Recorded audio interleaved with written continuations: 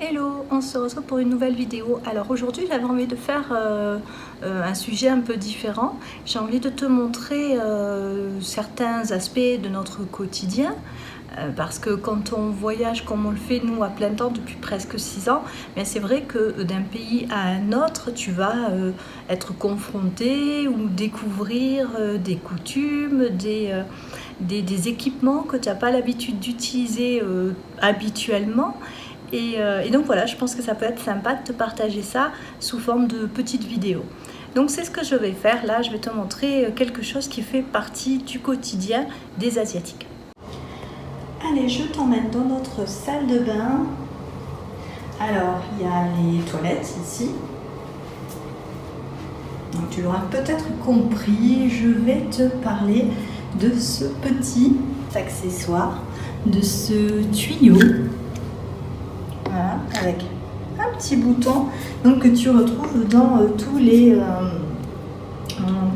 logements en Asie, dans les toilettes, dans les hôtels, dans les toilettes publiques. Voilà, donc c'est pour remplacer le papier toilette. Donc au lieu d'utiliser du papier toilette, les Asiatiques utilisent donc cette petite douchette pour se nettoyer. Voilà, tu vois, ça envoie un jet d'eau assez puissant quand même, et c'est ça qui remplace le papier toilette.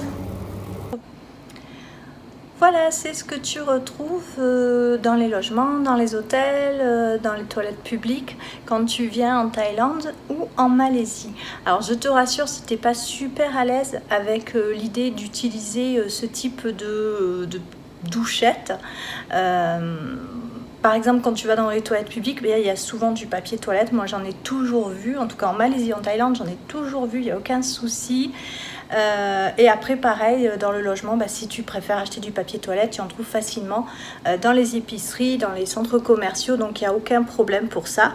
Après, je trouve que c'est une idée quand même qui n'est pas bête, puisque du coup, tu fais quand même pas mal d'économies en utilisant ça plutôt que le papier toilette, et puis aussi peut-être que écologiquement c'est pas à négliger, donc c'est peut-être une idée à creuser. Donc voilà, j'avais envie de te partager ces petits aspects de notre quotidien qu'on rencontre quand on voyage comme ça à plein temps et qu'on change de pays. Voilà. J'espère que cette vidéo t'a été utile. Si tu n'es pas encore abonné à notre chaîne, eh bien je t'invite à le faire, et puis je te retrouve très vite dans une prochaine vidéo. Bye bye!